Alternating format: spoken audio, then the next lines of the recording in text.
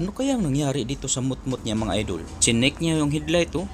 Parang may gasgas yata. Kunti lang siguro damage sa headlight dahil hindi na niya binalikan. Pero ang laking problema mga idol ay itong pedal. Parang loose thread na po. Safe pa kaya ito apakan mga idol? Hindi kaya ito matanggal sa kalagitnaan ng biyahe niya? Papasok pa kaya ang cambio nito habang tumatakbo? Sa tingin ko kasi, nagkadisgrasyahan ito sa unahan bago dumating dito sa tindahan. Kung ako pa siguro nito mga idol sa kalagayan niya, ay dadalhin ko na ito mga idol sa malapit na hospital. Dahil baka matanggal ito habang nagdadrive ako. Ang dami pa namang mga sasakyan ngayon. Baka madisgrasya ka pa.